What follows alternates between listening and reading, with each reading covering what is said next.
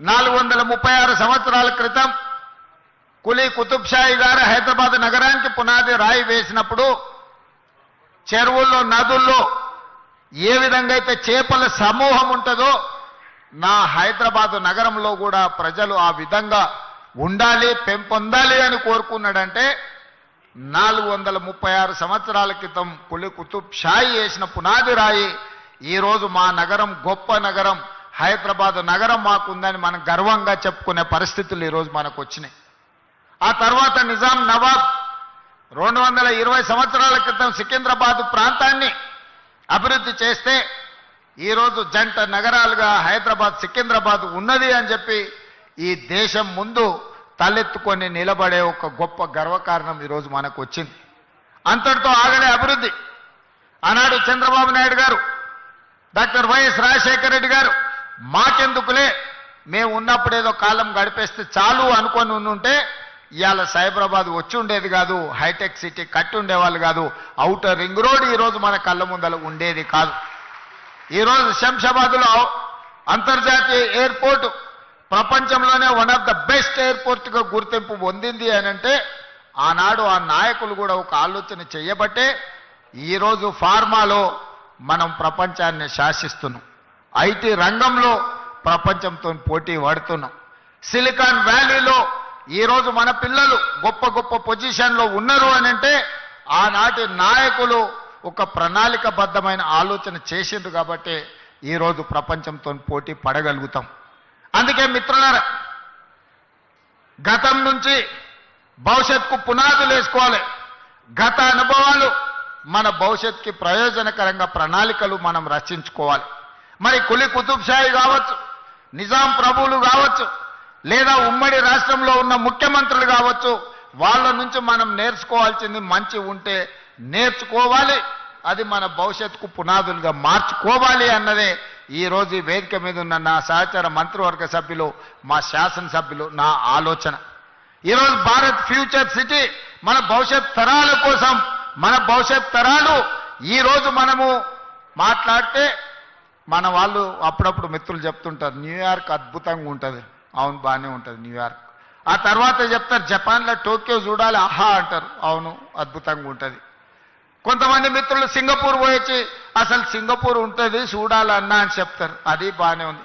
మీరు అందరు చాలా మంది దుబాయ్ చూసిటారు, అబ్బా దుబాయ్ ఉంటుంది కదా అని మీరు చెప్తారు. నేను అడుగుతూ నీడు ఉన్నోళ్ళందరినీ మీ ద్వారా తెలంగాణ 4 కోట్ల సమాజాన్ని ఎన్నాళ్ళు న్యూయార్క్ గురించో, టోక్యో గురించో, సింగపూర్ గురించో, దుబాయ్ గురించో గొప్పలు చెప్పుకుంటూ మేము చూసినామని చెప్పుకోవడం కంటే మనం భారత్ ఫ్యూచర్ సిటీ వాటితో పోటీ పడే విధంగా నిర్మించుకోవాలని ఆలోచన చేయాలన్నా లేదా మీరు ఒక్కసారి ఆలోచన చేయండి. నాకు 10 సంవత్సరాలు ఇవ్వండి, న్యూయార్క్లో ఉన్నోడు కూడా భారత్ ఫ్యూచర్ సిటీ నేను చూసి వచ్చినని చెప్పుకునే విధంగా ఈరోజు ఈ నగరాన్ని నిర్మిస్తా. రేపు పొద్దుగాల మీరు గొప్పగా ఎక్కడుంటావు నువ్వు, నీ ప్రాంతం ఏది అంటే నాది భారత్ ఫ్యూచర్ సిటీ అని మీరు చెప్పుకునే విధంగా దీన్ని తీర్చిదిద్దే బాధ్యత మా ప్రభుత్వం తీసుకుంటుంది, నా సహచర మంత్రివర్గ సభ్యులు తీసుకుంటారు.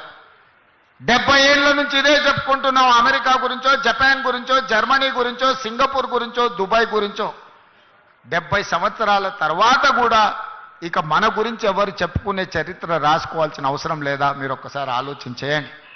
అవును, ఇంత పెద్ద అభివృద్ధి జరిగినప్పుడు కొంతమందికి ఏదైనా నష్టం కష్టం వచ్చి ఉండొచ్చు.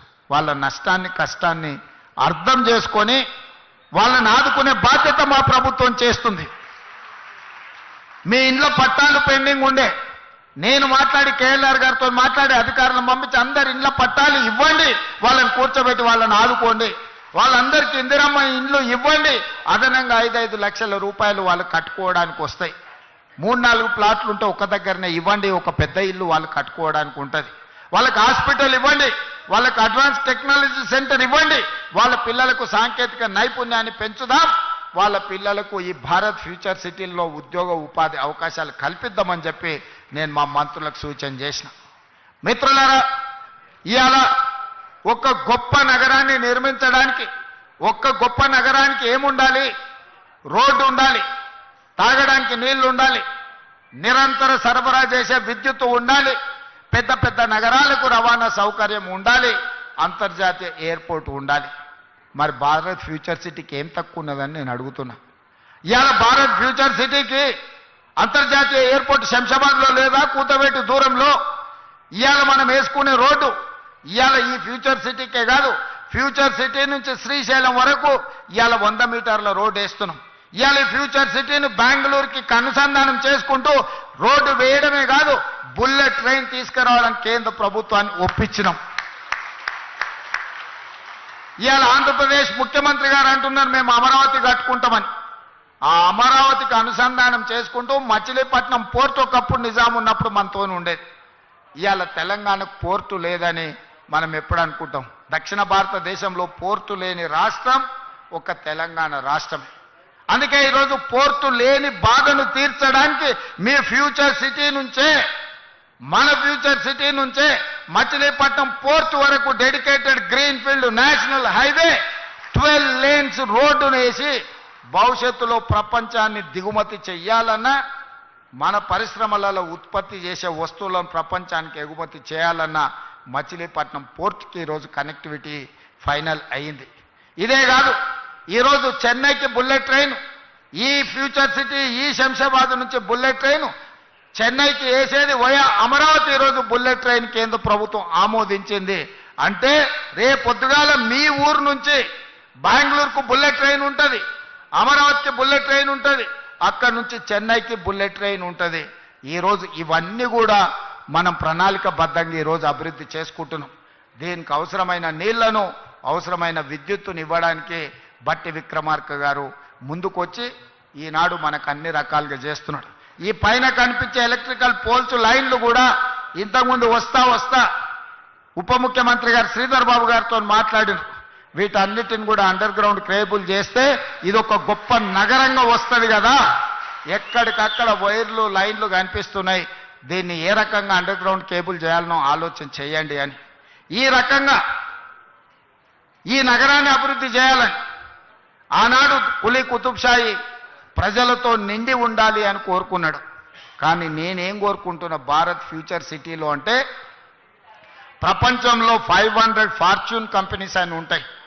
అంటే ప్రపంచంలో అత్యంత ఉన్నతమైన అత్యధిక వ్యాపారాన్ని నైపుణ్యాన్ని ప్రదర్శిస్తున్న కంపెనీలను ఫార్చ్యూన్ 500 కంపెనీలు అంటారు.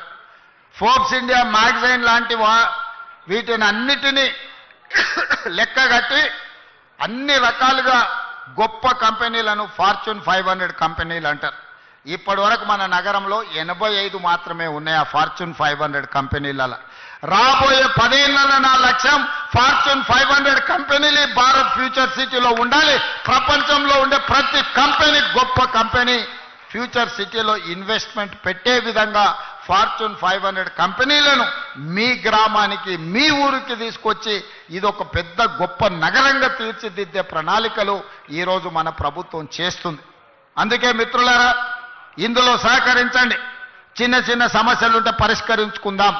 కోర్టుకెళ్ళి సంవత్సరాల కొద్దీ తిరిగి అడ్వకేట్ల ఫీజులు ఇచ్చి రావాల్సిన నష్టపరిహారం మనకు రాకుండా పోతే ఈ ప్రాంతంలో భూముల రేట్లు కూడా ఎక్కడికి పెరిగిపోతాయో తెలియదు. ఆనాడు కూడా మీకు వచ్చే నష్టపరిహారం తక్కువ వస్తే మీరు ఏమీ కొనుక్కోలేని పరిస్థితి వస్తుంది. అందుకే ప్రభుత్వం ఉదారంగా మిమ్మల్ని ఆదుకోవడానికి సిద్ధంగా ఉన్నది. మీతో కూర్చొని మాట్లాడుకుందాం. ఎవరో కోర్టు ఎందుకు, నేను కూర్చొని మీ సమస్యల్ని పరిష్కరించడానికి సిద్ధంగా ఉన్నా. నేను ఒక మెకానిజాన్ని ఎవాల్యూ చేస్తా. మల్రెడ్డి రంగారెడ్డి గారు, కేఎల్ఆర్ గారు సహకరిస్తున్నారు. అదేవిధంగా ఈ ప్రాంతంలో ఉండే ప్రజాప్రతినిధులను కూడా సహకరించమని నేను అడుగుతున్నా. వాళ్ళ సమస్యల్ని పరిష్కరిద్దాం. కోర్టులో చుట్లు తిప్పగండి.